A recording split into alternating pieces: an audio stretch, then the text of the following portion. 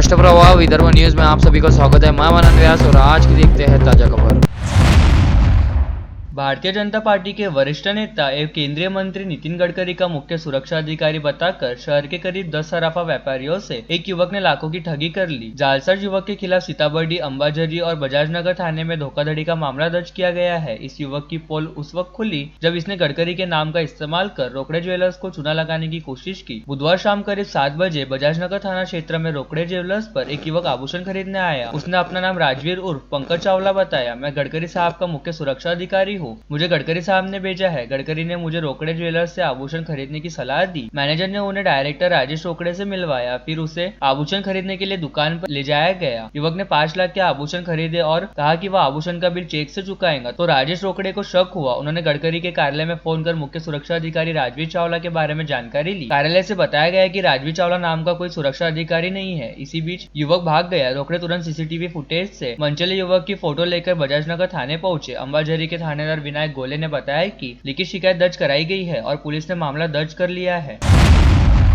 पिछले 25 वर्षों से प्रलंबित अमरावती भूमिगत गटर योजना के लिए 1700 करोड़ रुपए की कार्य योजना प्रस्तावित होने का दावा विधायक सुलभा खोड़के ने किया था, जिसके बाद आज पूर्व राज्य मंत्री डॉक्टर सुनील देशमुख ने इस कागजोपत्री उपलब्धि बताते हुए इसकी आलोचना की है। दोनों नेताओं के बीच पत्रकारबाजी जंग शुरू हो गई है। डॉक्टर सुनील देशमुख ने भूमिगत सीवरेज योजना को गति देने के लिए बॉम्बे हाईकोर्ट की नागपुर खंडपीठ में जनहित याचिका दायर की है। इस पृष्ठभूमि में विधायक सुलभा खोड़के ने दावा किया कि इस योजना के लिए अमृत योजना के दूसरे चरण में 1700 करोड़ रुपए की कार्य योजना प्रस्तावित की गई है और यह योजना जल्दी पूरी की जाएगी। खोड़के ने देशमुख से पूछा था कि उन्होंने अपने कार्यकाल के दौरान इस योजना के लिए क्या किया, जिस पर डॉक्टर देशमुख ने सुलभा खोड़के के दावे को खोखला कहकर आलोचना की है। उन्होंने केवल अपना बचाव करने का यह प्रयास किया है। अपने कार्यकाल के पिछले 5 वर्षों के दौरान वह सीवरेज योजना के प्रति बेहद निष्क्रिय रही है। वही 2018 में केंद्र सरकार द्वारा प्रायोजित अमृत योजना के तहत 87 करोड़ रुपए का अंतिम कार्य मेरे प्रयासों से स्वीकृत हुआ। उसके बाद सुलभा खोड़के पिछले 6 वर्षों में नए कार्य स्वीकृत करना तो दूर, स्वीकृत कार्य को भी सफलतापूर्वक पूरा करने में विफल रही है। देशमुख ने कहा, हम इस मुद्दे पर सार्वजनिक रूप से चर्चा करने के लिए तैयारी दर्शाई कि योजना के लिए किसने कितना फंड लाया है। देशमुख ने दावा किया कि खोड़के ने पिछले 5 वर्षों में कितना धन लाया, इसका प्रेस विज्ञप्ति में उल्लेख नहीं किया गया है। उन्होंने पहले बड़े जोर शोर से घोषणा की थी कि सिम्बोरा से अमरावती तक मुख्य जल मार्ग के लिए उन्होंने 850 करोड़ रुपए मंजूर किए हैं। बेहतर होगा कि अमरावती की जनता को बताए कि इसका क्या हुआ। देशमुख ने कहा, हमारे प्रयासों से 25,000 संपत्तियों को सरकारी खर्च पर भूमिगत गटर से जोड़ने के लिए 62.56 करोड़ रुपए का प्रावधान किया गया। यह पूरे देश में एकमात्र मामला है जहां सरकार ने संपत्ति मालिकों पर कोई बोझ डाले बिना मुफ्त कनेक्शन के लिए धन उपलब्ध कराया है। लेकिन पिछले 5 साल में प्रशासन इनमें से महज 7 से 8,000 संपत्तियों को गटर योजना में जोड़ा जा सका है, लेकिन पिछले 5 साल में कोई काम पूरा नहीं हुआ। यह एक वास्तविक त्रासदी होने की बात डॉक्टर देशमुख ने कही।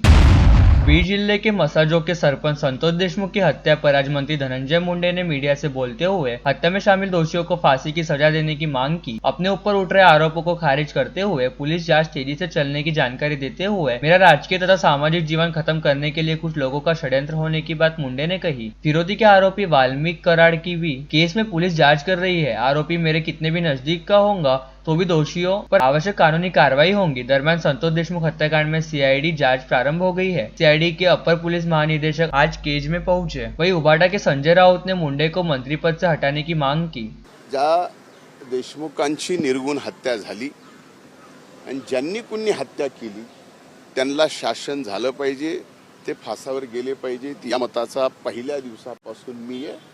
तोही शेवटी माझ्या जिल्ह्यातला एक सरपंच आहे, मलाही त्याच्या बाबतीत तेवढाच आदर आहे।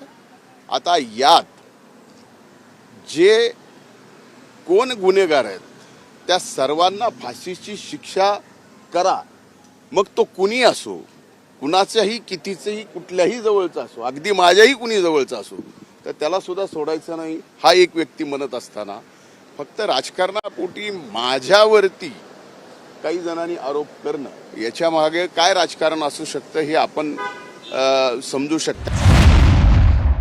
पिछले 2-3 दिनों से सामाजिक कार्यकर्ता अंजलि दमानिया बीड़ के मसाजोग में हुए सरपंच हत्याकांड को लेकर लगातार पोस्ट कर रही है। इस पोस्ट में वे बता रहे हैं कि इस हत्याकांड के आरोपी वाल्मीकि कराड़ और देवेंद्र फडणवीस सरकार में मंत्री धनंजय मुंडे के बीच रिश्ता है। वे पोस्ट के साथ अपने दावे के समर्थन में कुछ दस्तावेज और कुछ वीडियो और तस्वीरें साझा कर रहे हैं। 2 दिन पहले उन्होंने दस्तावेज साझा किया था कि धनंजय मुंडे और वाल्मीकि कराड़ के पास संयुक्त रूप से जमीन का एक टुकड़ा है। अब उन्होंने क्या ये बॉस है इस टाइटल के तहत एक और पोस्ट किया है जिसकी चर्चा राज्य में है। उन्होंने बीड़ में हथियार के लाइसेंस की जांच की मांग की है।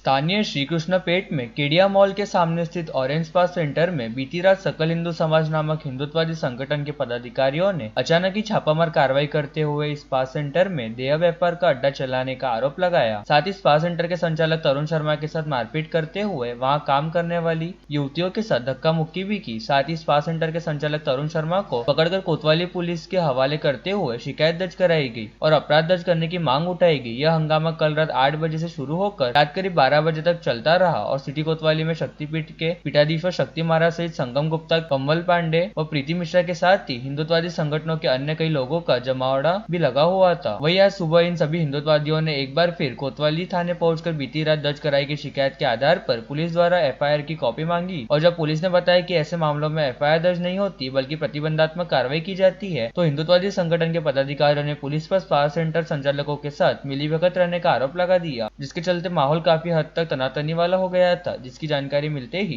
शहर पुलिस उपायुक्त गणेश शिंदे, राजापेट विभाग के सहायक पुलिस आयुक्त जयवंत भंवर, स्पेशल शॉट के पीआई आसाराम चोरमले व सीआईयू पथक के पीआई महेंद्र इंगले भी कोतवाली थाने पहुंचे, जहां पर कोतवाली के थानेदार कोटना के सहित सभी पुलिस अधिकारियों ने हिंदुत्ववादी संगठन के पदाधिकारियों के साथ बातचीत की। इसी दौरान ऑरेंज स्पा सेंटर के संचालक तरुण शर्मा द्वारा हिंदुत्ववादी संगठन के पदाधिकारियों के खिलाफ गैरकानूनी ढंग से बिना अनुमति अपने प्रतिष्ठान में घुसने तथा मारपीट व धक्का मुक्की करने को लेकर शिकायत दर्ज कराई गई। वही कल रविनगर से साईनगर मार्ग पर सातुनार के हरियाली होटल के सामने स्थित द ब्लू बर्ड कैफे में कुछ युवाओं द्वारा अश्लील कृत्य किए जाने की जानकारी मिलते ही राजापेट पुलिस ने उक्त प्रतिष्ठान पर छापा मारा, जहां से 5 युवा जोड़ों को अलग अलग कैबिन में बैठकर अश्लील कृत्य करते हुए गिरफ्तार किया गया। इस समय पुलिस ने आशुतोष मुकेश डोंगरे नवसारी, सागर हरिहर शिंदे नांदगांव खंडेश्वर, साहिल दिनेश लांडगे धानोरा गुरव नांदगांव खंडेश्वर, सचिन साहेबराव हिवराले राठीनगर, रोहित संजय गुलालकरी अंजनगांव बारी को हिरासत में लेते हुए उनके खिलाफ धारा 110 व 117 के तहत प्रतिबंधात्मक कार्रवाई की गई।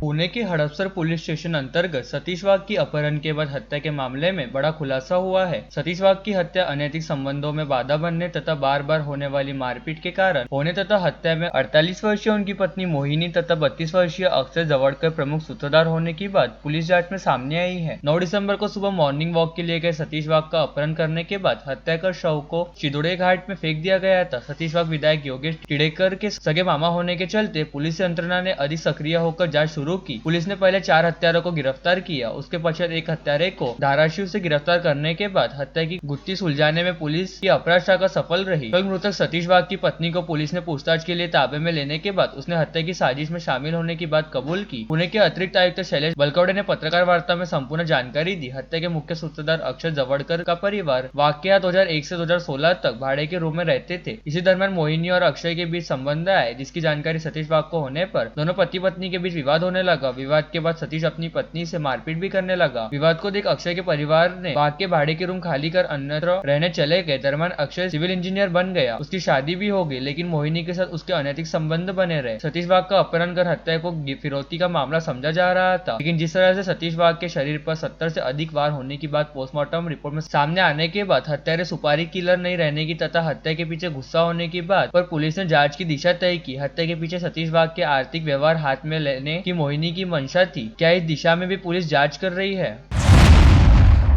अमरावती शहर एक खेल नगरी के रूप में जाना जाता है और अमरावती की धरती से महान खिलाड़ी तैयार करने का मॉर्निंग क्रिकेट क्लब का काम सराहनीय है। टीम के प्रदर्शन से एकता और सामाजिक सद्भाव बढ़ रहा है और एक स्वस्थ जीवन शैली के लिए खेल और खेल कौशल हासिल करना आज की जरूरत है। उक्त आशय का प्रतिपादन अमरावती के विधायक सुलभाताई खोड़के ने शिक्षा महर्षि डॉक्टर पंजाबराव देशमुख की 126वीं जयंती के अवसर पर शिवाजी शिक्षा संस्था स्टाफ और मॉर्निंग क्रिकेट क्लब अमरावती के सहयोग से आयोजित क्रिकेट स्पर्धा के आयोजन के अवसर पर किया। स्वर्गीय दादा साहेब कालमेघ एवं अन्यों की स्मृति में 20 दिसंबर 2024 से 25 दिसंबर 2024 तक morning cup grand tennis ball cricket tournament का आयोजन रूरल इंस्टीट्यूट प्लेग्राउंड पंचवटी चौक अमरावती में किया गया था। इस दौरान 16 टीमों के बीच लीग प्रतियोगिता हुई। टूर्नामेंट का फाइनल मैच रोहन 11 अमरावती बनाम गुलजमा शाह खामगांव के बीच खेला गया। रोहन 11 अमरावती ने जीत के लिए 57 रनों का पीछा किया और टूर्नामेंट का पहला पुरस्कार 71,000 और मॉर्निंग कप प्राप्त किया। फाइनल मैच में हारने वाली गुलजमा शाह खामगांव की टीम को दूसरा पुरस्कार 51,000 रुपए और मॉर्निंग कप मिला। साथ ही संभाजीनगर की उड़न 11 टीम ने 21,000 का तीसरा पुरस्कार जीता। प्रतियोगिता का समापन बुधवार 25 दिसंबर को पुरस्कार वितरण के साथ हुआ। इस अवसर पर अमरावती निर्वाचन क्षेत्र की विधायक श्रीमती सुलभाताई खोड़के, ट्यूसन निर्वाचन क्षेत्र के विधायक राजेश वानखड़े, युवा उद्यमी नरेश रामेकर, शुभम गिरासे, संदीप सगने, संदीप उर्फ पिंटू देशमुख, जयंत पेकीने, महेंद्र जलील, विलास श्रीखंडे,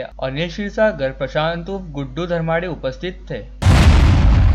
मौसम विभाग के पूर्वानुमान के मुताबिक 27 और 28 दिसंबर के दौरान विदर्भ में आंधी बारिश और शीतलहर चलने का अनुमान जताया गया है। तदनुसार संभागीय आयुक्त डॉक्टर निधि पांडे ने जिला प्रशासन को सतर्क रहने के निर्देश दिए हैं। उन्होंने कहा कि जिले में कहीं भी आपातकालीन स्थिति उत्पन्न होती है तो योजना बनाई जाए ताकि सहायता एवं बचाव दल तुरंत वहां पहुंच सके। मौसम विभाग का अनुमान है कि विदर्भ में हर जगह तूफानी हवाओं के साथ बारिश और शीतलहर आएंगी। तदनुसार प्रत्येक जिले में जिला आपदा प्रबंधन अधिकारियों को शीतलहर से बचाव के उपाय करने चाहिए। तूफानी बारिश के कारण पेड़ों की शक्ति या बड़े पेड़ों के उखड़ने, शाखाओं के टूटने और यातायात मार्गों को फिर से खोलने के लिए अग्निशमन विभाग की एक टीम को तैयार रहना चाहिए। बेमौसम बारिश, शीतलहर, प्राकृतिक, आकाशीय बिजली से होने वाली जनहानि को रोकने के लिए स्वास्थ्य व्यवस्था तैयार रखी जाए। बेमौसम बारिश, तूफानी हवाओं के कारण बिजली गुल होने की स्थिति में विद्युत वितरण कंपनी के सिस्टम को तैयार रखा जाए। विद्युत आपूर्ति बाधित होने पर वहां टीम भेजी जाए। जिला खोज एवं बचाव दलों को सभी सुविधाओं एवं बचाव सामग्रियों के साथ 24 घंटे तैयार रखा जाए। उक्त निर्देश भी संभागीय आयुक्त डॉक्टर निधि पांडे ने जिला प्रशासन को दिए।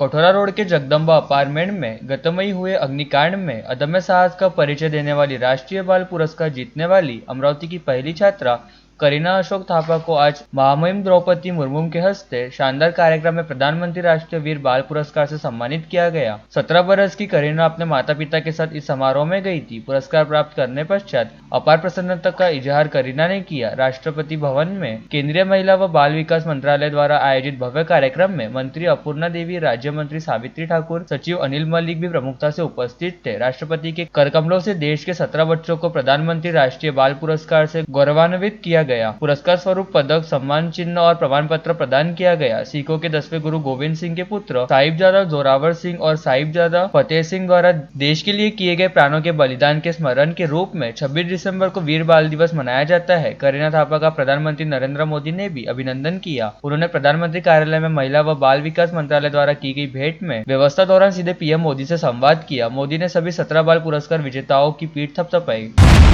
ऑनलाइन ठगी के शिकार आंचल विहार राजूरा के लक्ष्मीकांत गायकवाड़ ने साइबर थाने में दी शिकायत के अनुसार 3 नवंबर से 6 दिसंबर दौरान उनके साथ 21,92,000 की ऑनलाइन ठगी हुई। उनकी निजी बैंक खाते में रकम जमा करने कहा गया। शेयर बाजार से भारी मुनाफा दिलाने का लालच दिया गया था। गायकवाड़ झांसे में आ गए। अपने साथ फ्रॉड होने का एहसास होते ही उन्होंने साइबर थाने की राह ली। पुलिस ने बीएनएस की धारा 318, 319 व सूचना तकनीकी कानून की धारा 66 सी व डी के तहत अपराध दर्ज किया। लेटेस्ट न्यूज देखने के लिए राष्ट्रप्रभा चैनल को लाइक और सब्सक्राइब कीजिए।